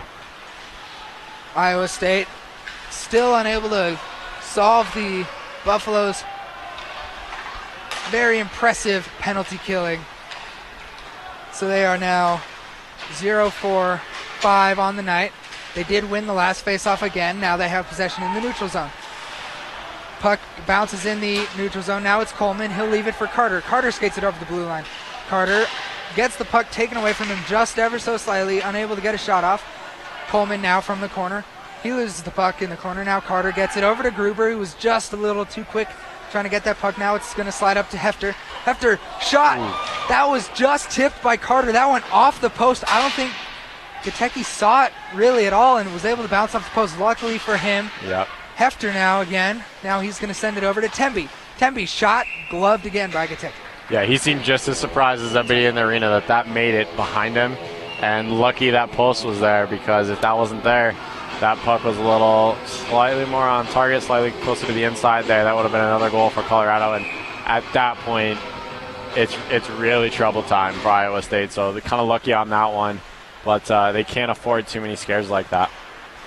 Kentucky was able to keep his composure and make the next couple saves. Iowa State wins yet another faceoff. They're going to skate it down. Matt Hefter will be the first one there. shot right in front of Champagne. Champagne gets a pad on it quickly. Hefter's there to control the rebound. He's going to send it up to Bradford. He's going to send it to Wigton down in the corner. Wigton has Doyle. He's going to leave it for Doyle. Doyle gets checked into the corner. Bradford and Doyle tried to get the puck away from the Iowa State player, unable to do so. Now it's coming back into the offensive zone for Iowa State, into the corner. Temby and Hefter are there. Iowa State still with possession. Still have possession, no shots off yet. Deep in the zone. Bradford has the puck bounce off stick. Now Temby's going to get possession. He'll send it high up off the glass. Doyle unable to get control of the puck, send it out. Now he does and sends it out. Corey Sellers puts the puck right back in to Champagne's glove. Champagne will send it over to Hefter. Hefter will now take matters into his own hands and try to skate this puck up and out. He'll get it up and out to Matt Anders. He gets checked in the neutral zone. Now it's back to Hefter. Now it's Anders who's able to send it in. Jarman there to get a stick on it. He gets a quick shot. Gategi gets saved. Jake Bauer shot and another save by Gategi. Something really subtle there that kind of turned that little last wave there into Colorado's favor was Iowa State was actually offsides. It was a delayed offsides call. The line judge's hand went up. And so Iowa State had to retreat. They couldn't press the puck as much as they wanted, which gave Colorado the opportunity to clear it and get a look on goal there. Faceoff was won by Anders to Bruce. Bruce's shot just wide of the cage. Buffaloes with possession. Jake Bauer falls over in the corner. Now Adams with the puck. He's going to get a shot. That's blocked by the Iowa State defenseman. Now it's sent up to Bruce again. Bruce over to Jarman, over to Matt Anders. He gets a shot. That's another glove save. Puck's going to come up. Mick Bruce tried to play it off of his skate. Didn't quite get as much on it as he would have wanted. And Iowa State's going to come in and they're going to score. Good job by Iowa State there on that. I couldn't tell who scored. It was on the far side for me, so I couldn't see the numbers. But leading his teammates is Aaron Azevedo, so it's probably going to be an Azevedo goal. I thought, now I could be wrong, but I thought it was actually a Jake Arroyo goal. I believe he was on the ice for that. We'll wait for the announcement, see if we can catch it from the official scorers table. But in the meantime, it's back to a one-goal game, which is very important for Iowa State. That's exactly what they needed with plenty of time left. It's often said, not always, that the two-goal lead is the most dangerous, and that's why. Once we get the official call, we'll let you know, but I think you are right, Derek.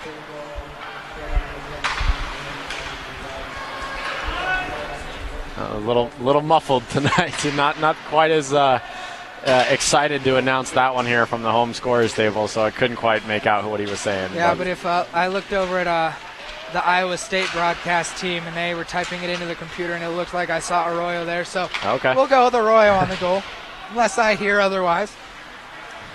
But regardless, it is now a 3-2 game here. Yes. 14 minutes and 6 seconds remaining as Salvato gets taken down. Hand pass was called off as Iowa State touched the puck. Salvato really had nothing else to do as he was sitting on it and didn't have a stick, so he had to push it with his hand, but luckily Iowa State was able to play the puck and nullify the hand pass. Now Hefter is going to skate it out. Like we were saying earlier, Hefter is one of the defensemen with some good offensive skills. He'll get his pocket picked in the neutral zone. Now Gruber with some speed. He'll skate it out. He has Coleman and Carter with him. He'll dump it down into the zone.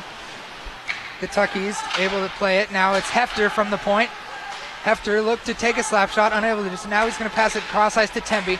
Temby, wrist shot is blocked. A lot of bodies in front of the net. Now it's Carter in the corner.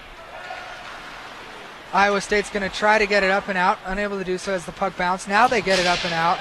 Carter puts his man into the boards a little bit.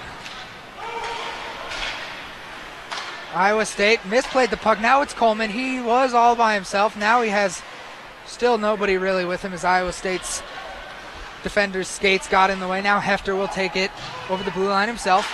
Now he'll take a slap shot, high slap shot, another glove save by Kentucky. He could see that one the whole way. Yeah.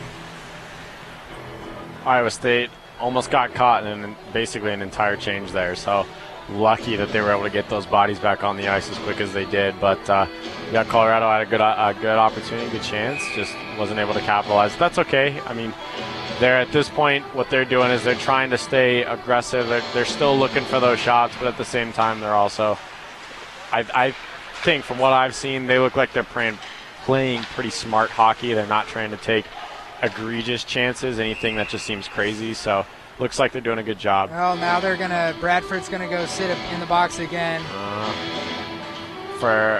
I saw the ref just high stick. Yeah. It looked like the ref was talking about almost. mouth guard, Yeah. which is technically a penalty, but Yes. you don't see it called. It's not called off because all these guys like to use chew toys essentially. When I played in high school, I used one because I was always afraid of getting a concussion. But I know plenty of guys who did not use mouth guards. But call is a high stick anyway. Yep. So Bradford will now sit for 2 minutes.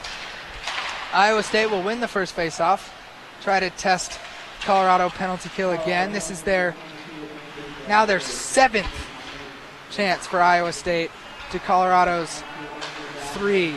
Colorado did score 2 power play goals early in the second period. Iowa State has scored none. Good shot block there by Matt Anders. Now Jake Bauer's going to get the puck up and out as he and Anders changed. Nitchin, Bruce, Salvato, and Adams are the penalty killers. Bruce will get the puck. He's going to hold it for a little bit. He has 3 Iowa State players trying to get the puck away from him. And they're finally able to do so, but it took 3 of them. They still have possession in the corner. Still haven't had a shot. 1 minute, 6 seconds remaining in the penalty to Andrew Bradford. Iowa State still with possession, unable to get a shot. Now they do, but that shot is blocked by Adams. It's sent high and into the netting.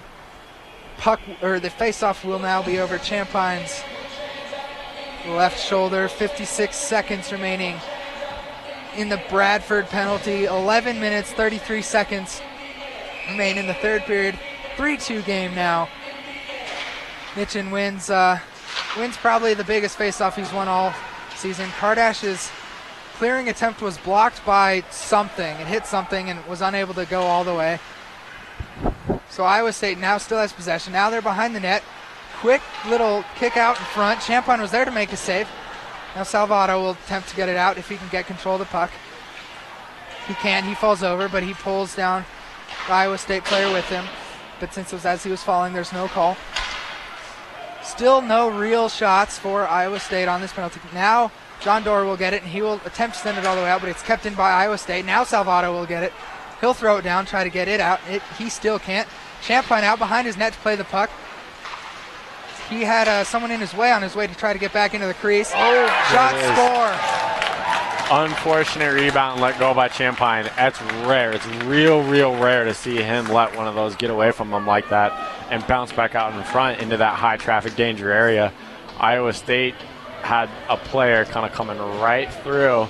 First one down the line looks like it is going to be Colton Kramer, so I think we'll give it to him. I didn't necessarily see who it was again, but we'll give it to Colton Kramer for now unless we hear otherwise from the scores table. It was Kramer for was it? Okay. His second of the night, I believe. Okay. Actually. So, yeah, just fortunate that he was coming through that right in front of the net there and was able to pick that puck up, get it on his stick. It fell right to him, basically, and was able to just dance around Champagne. So Colton Kramer finally able to get a power play goal for his Iowa State Cyclones. Faceoff was then won by Iowa State, but sent, I believe, into one of the benches. So we'll now have another neutral zone center ice faceoff here. This one won by the Buffaloes. Gruber misplayed it in the neutral zone, but gets it right back. He sends it in. Puck is sent all the way across the ice to Carter. Now it comes out, but Tempe puts it right back in. Buffs get onside. So now they're back able to play it as Iowa State tries to set up the breakout a little bit, get the puck out. Gruber intercepts, and now he leaves it for Carter. Carter 1-on-3. He gets a shot. That's saved by Gedeke. Hefter just floats the puck into the corner. 10 minutes, 1 second remain in this third period. Now it's a tie game, 3-3. Hefter's able to keep the puck in the Iowa State defensive zone. Carter puts the body on the man in the corner as the puck comes across behind the net to the other corner. Iowa State with possession. Now they're able to get the puck up and out of the zone, into the neutral zone. It's a 3-on-2 if they hurry. If they don't, so now it's a 4-on-3. Shot is blocked. Now Gruber will take it. Loses control, stops, regains possession, sends it cross ice to Temby. Temby skates it over the blue line himself. He gets a shot, makes it all the way there. Gedeke makes the save. As the puck just barely squirted out again, and CU was caught offsides.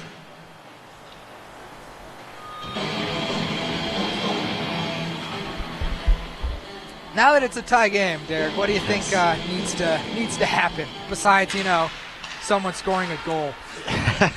The obvious. Can't pick the obvious. Well, I mean, if I'm being honest here, both teams just keep doing what you're doing. That sounds like it's bad advice for Colorado. I'm sure the fans at home aren't too happy with me right now because Iowa State was able to put 2 up on the Buffs when they were doing exactly what they've been doing. But honestly, Colorado hasn't been playing bad. Just a couple unfortunate bounces. One that a rebound that Champagne doesn't usually let go. So it's not like they've been doing anything wrong.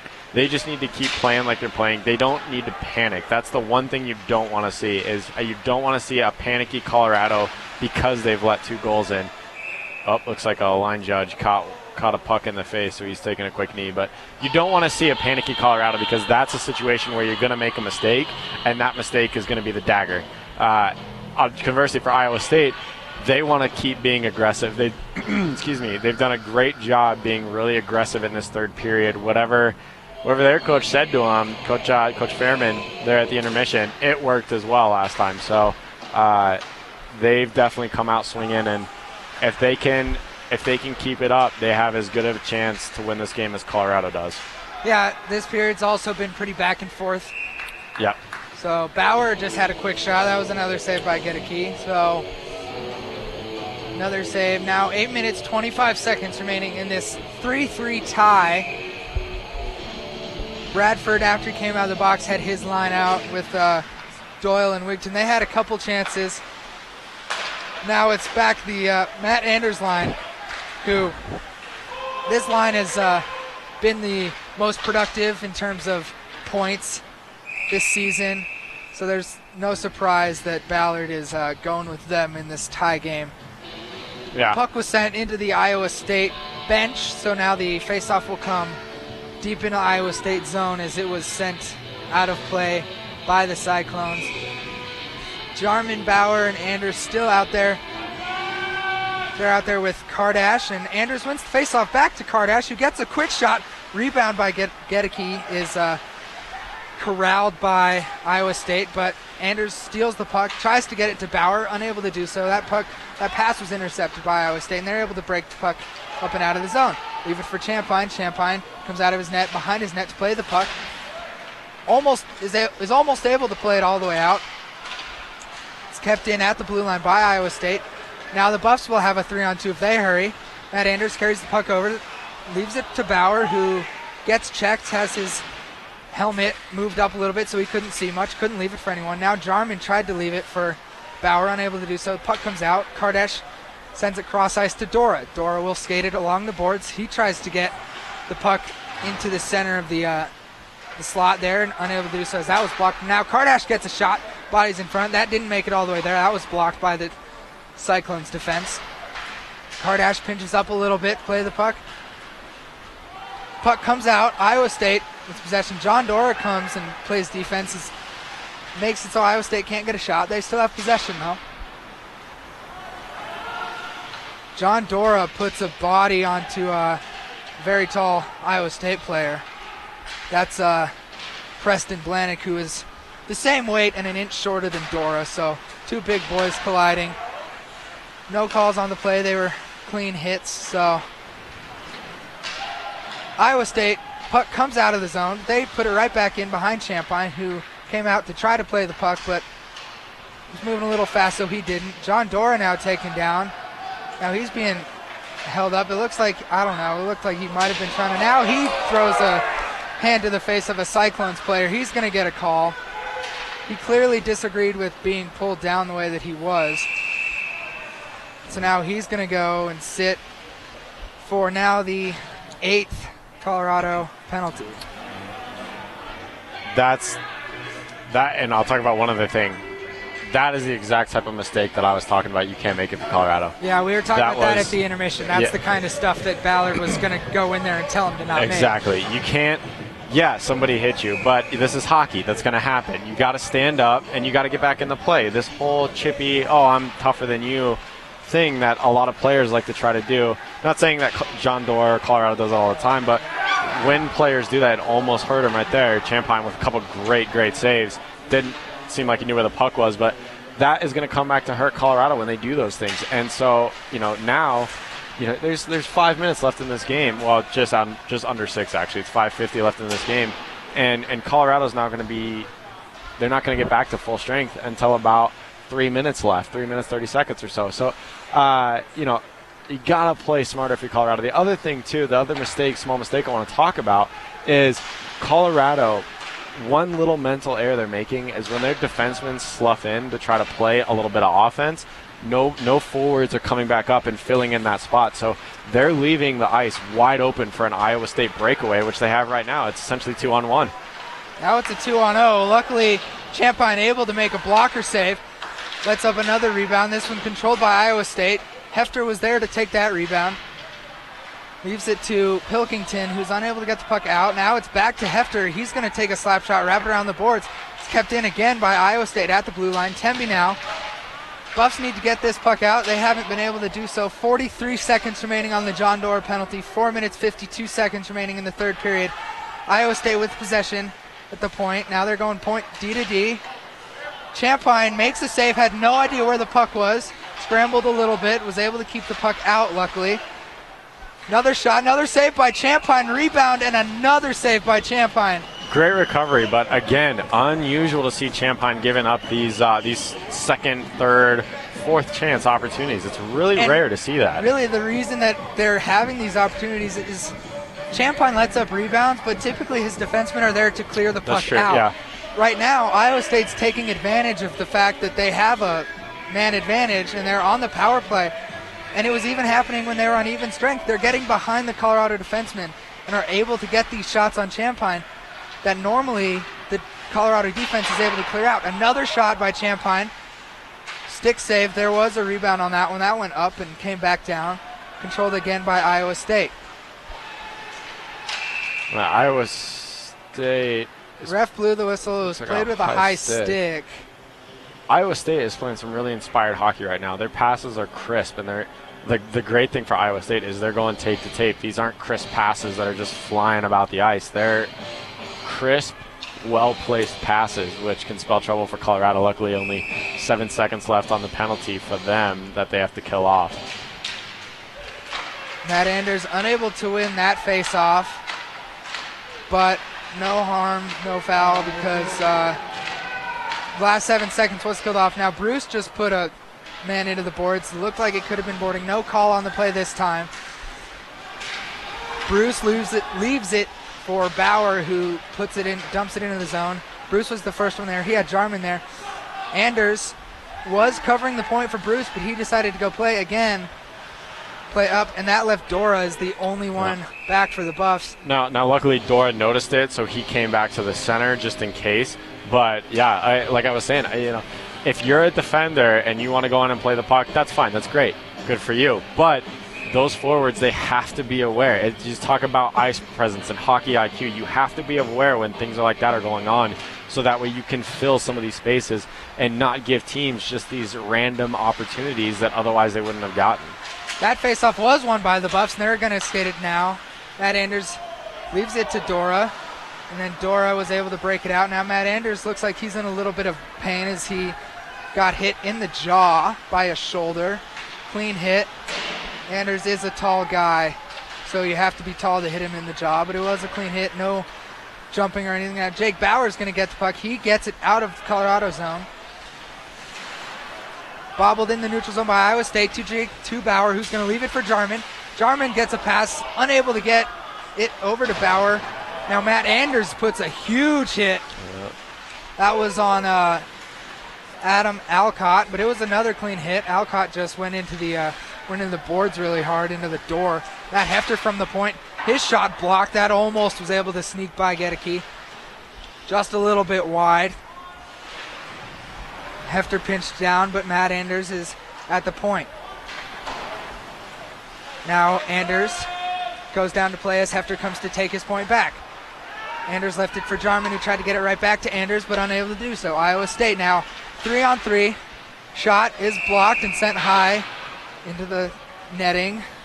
Face off in Colorado's defensive zone. 2 minutes, 26 seconds remain in this third period. Tie game. 3-3. Derek, I think at this point, this game's going to come down to whichever team has the freshest legs. Yeah, that's definitely. I would totally agree with that. I think I would amend it a little bit to whichever team, because this being the first game of the week for both of these teams, I don't think fresh legs necessarily has much to do with it, so much as who wants it more. Because both these guys, I mean, at this level, these guys, college athletes, they're in good shape. These guys have been doing this for pretty much their lives, and so they're used to this. So it's not necessarily that. It's more of, at this point, just who's hungrier, who wants this victory more. And I got to tell you, to be honest, as much as I love CU, I think Iowa State right now is playing a little more aggressively. They look a little hungrier, like they want it. So we'll see if Colorado can react in this last minute, 43 essentially, and really turn the Jets on and put the pressure on. But this, it may need extra hockey. Yeah, and CU has been able to put a little bit of pressure on the last 20 seconds. Pilkington leaves it for Hefter, gets a big slap shot blocker saved by Gedeke. Now it's back to Hefter at the point. Look to take another slap shot, unable to do so. Now he's going to send it down into the corner for Nitchin. Salvato, Bob, that puck just bounced right over his stick as he was on the blue line. Nitchin calling for it from Hefter. Pass comes to him, but he's unable to corral it. So now it's Hefter in the neutral zone. Coleman puts a body in. The puck is still in the neutral zone. Now Coleman skates. Now Iowa State. 2-on-4. Puck goes into Champlain's glove with exactly 1 minute remaining in this third period. And that's kind of what I was just describing there. Now, it didn't look great. It looked a little more like Pee Wee hockey. It looked like everybody was just trying to collapse in on the puck there for Iowa State. You had basically all five guys trying to play that puck. But it worked for them. They ended up coming away with the puck. Now, it's not something I would advise every puck, but they ended up coming away with the puck, and they got an opportunity out of it. And now there's a chance they have this last minute in the offensive zone unless Colorado can clear it out. Faceoff was won by Iowa State. It's still controlled by the Cyclones in the Colorado defensive zone. Nick Bruce tries to put an open ice check on. He's unable to really get any sort of body on him. Now Jarman unable to get the puck out, but then Iowa State's own players got tangled up. Puck comes out. Jarman takes a shot on the boards. 28 seconds remaining in this third period. Puck squirts out of the Iowa State zone. Now it's back into the zone, but it's controlled by Iowa State. Now it comes right back out to the neutral zone. Tried to get sent right back in by Mick Bruce. That pass was off the mark a little bit, and it got sent right back into Colorado zone. Adams was there to play it. 8 seconds remaining. Matt Anders is the first one there. 6 seconds, 5. Iowa State with possession. No one really. Now the puck is just in Iowa State zone. As time expires, we need a little bit of extra hockey. Yep. In the last game Colorado played against Central Oklahoma, they actually had to go to a shootout as well. So the last two games Colorado has played, they've needed this extra time. And some of these kids, I know at least one player has a test at 9 o'clock in the morning tomorrow. Yes, classes are still in session. As much as everybody would like it to be break, all these guys for Colorado have to go. Well, I can't say all of them. Some might have the day off based on the way they built their schedule. But I would bet most of these guys have class tomorrow. So I'm sure they want to get out of here. But you can't be thinking that way. As much as you want to maybe be home right now, or at least hitting the showers with this game being over.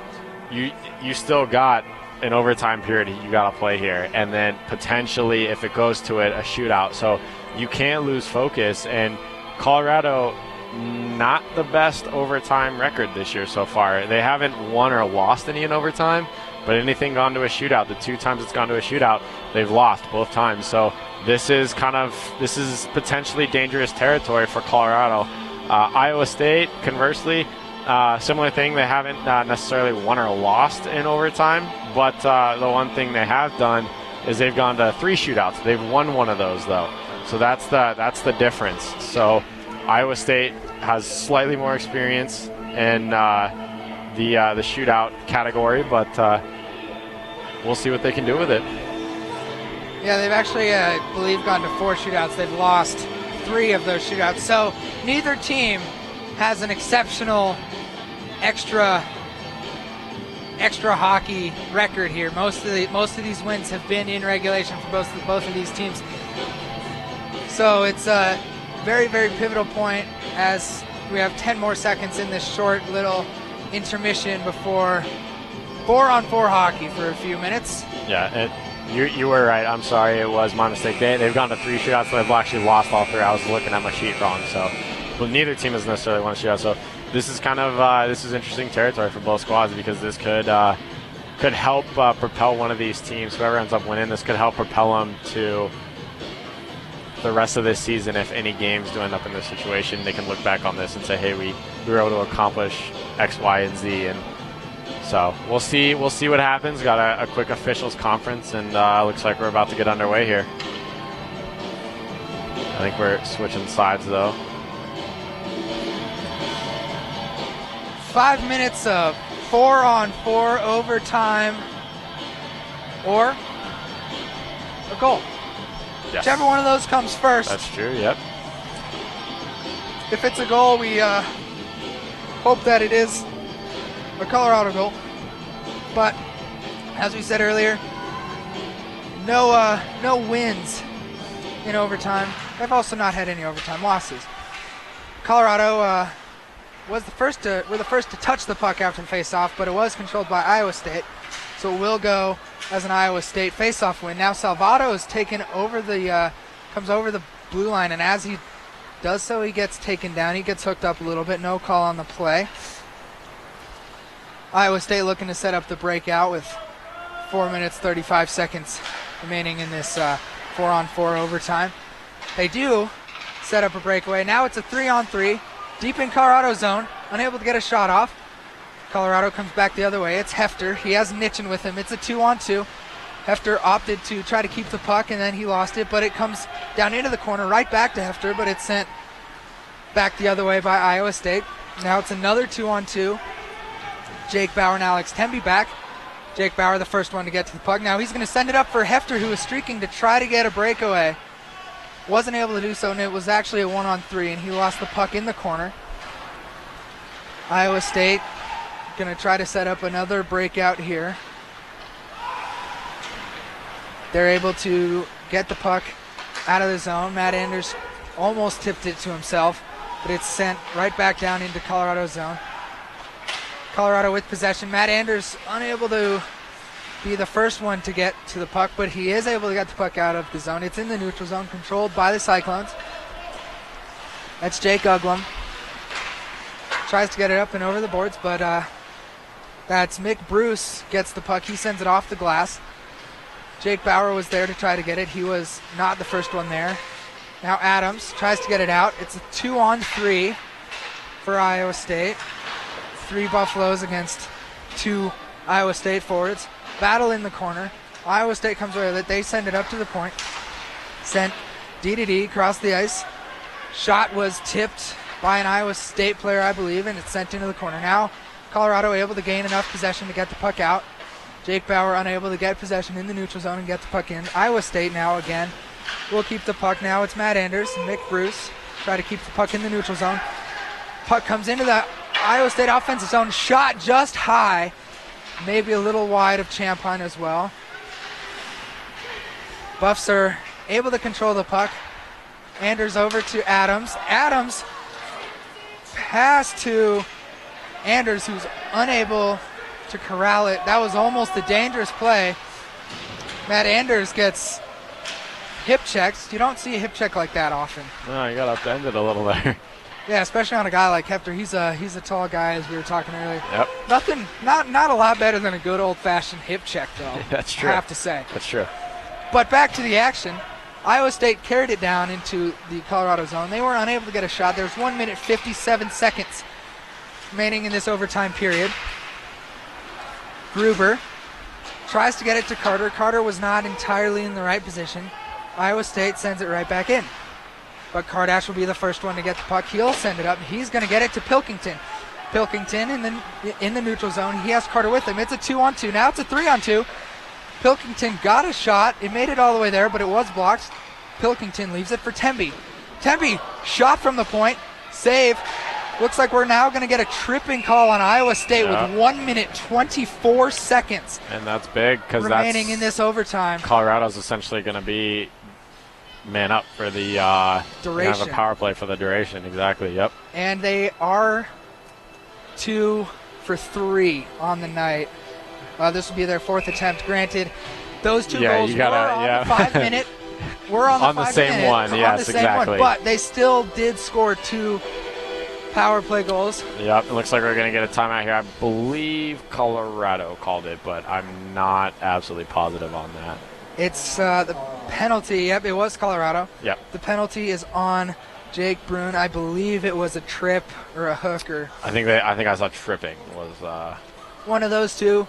Regardless, he's going to sit for the remainder of this overtime period here. Colorado did take the timeout. What do you think Coach Ballard's telling his guys right now? I didn't see the whiteboard come out, so he wasn't drawing anything up. So I think this is something that Colorado has practiced. They've worked on these opportunities in practice skating. So I think they're ready for it. They're prepared. So I think all he was trying to do is just remind them, hey, this is your shot, it's your chance. Go out there, play it, do a good job, and just do what you're supposed to be doing, and they'll have a chance here. So and they did win the face-off. They have possession. It's Pilkington at the point. Sends it over to Temby. Back to Pilkington. Pilkington drops down. Leaves it for Anders, who's unable to get possession of it. And then he gets hit and shoved down a little bit. No call on the play. No penalty really on the play, actually. So no need to call anything. Now it's Temby from the point. Leaves it for Pilkington. Pilkington back down to Anders. He calls for it again. Anders sends it over to Temby. Temby waits. Sends it over to Pilkington. Back to Anders. Pilkington calling for it. Pilkington shoots. Scores! Yep. Great Pilkington, job. Power play goal. Colorado wins this game with 51.3 seconds left in overtime. 4-3 on their 3rd power play goal of the night. You could tell Pilkington wanted that one. Oh, yeah. He had been slamming his stick on the ice every time he got rid of the puck. Absolutely. He felt it. And Colorado essentially ran the same exact play, more or less, about 3 times in a row there, essentially. Just slight variations each time. But for the most part, they basically did the exact same thing. So, yeah, I mean, you could see what their intent was. You could see what they were trying to do. And sure enough, Colorado able to get it done tonight. And they're going to walk away with their first overtime victory of the season. Devin Pilkington on the power play wins the game with 51.3 seconds remaining in overtime on a power play goal. He definitely wanted that one. He was slamming his stick every time he got rid of the puck, as we said earlier. But I think the most important part is now Colorado has tasted overtime victory. Yes. Yeah. Oh, absolutely. And it's great because it was on home ice. That's a place that you always want to defend. And Colorado, they've struggled with that when it's gone into extra hockey, whether that be in overtime or in a shootout this year so far. So, Colorado definitely, this was big for them because now they have an opportunity to carry this momentum and this feeling into the rest of this weekend. Got a couple of games coming up here in the next 2 days. They can carry this momentum through those games. And then if they're in this situation again, like let's say whether it's this weekend, even a month down the road, if they're in this situation where they're playing overtime hockey, they can look back and say, we've done this, we can do this. We've won a game in this situation before. This is not a big deal. Let's get out here. Let's step it up. Let's get this victory and let's get out of here. So a great job by Colorado tonight, and they're going to walk away probably feeling pretty good. couple guys. I'm sure this is a good start to the break they were looking for. They still got 2 more, but couldn't have asked for a better start to the weekend for it. That'll do it for us here in Boulder. For Derek Michelson, I'm Alex Doyle. Thanks for joining us, and we will see you guys later. You guys have a very happy Thanksgiving, very good holiday, and we will see you after the holiday break. Good night.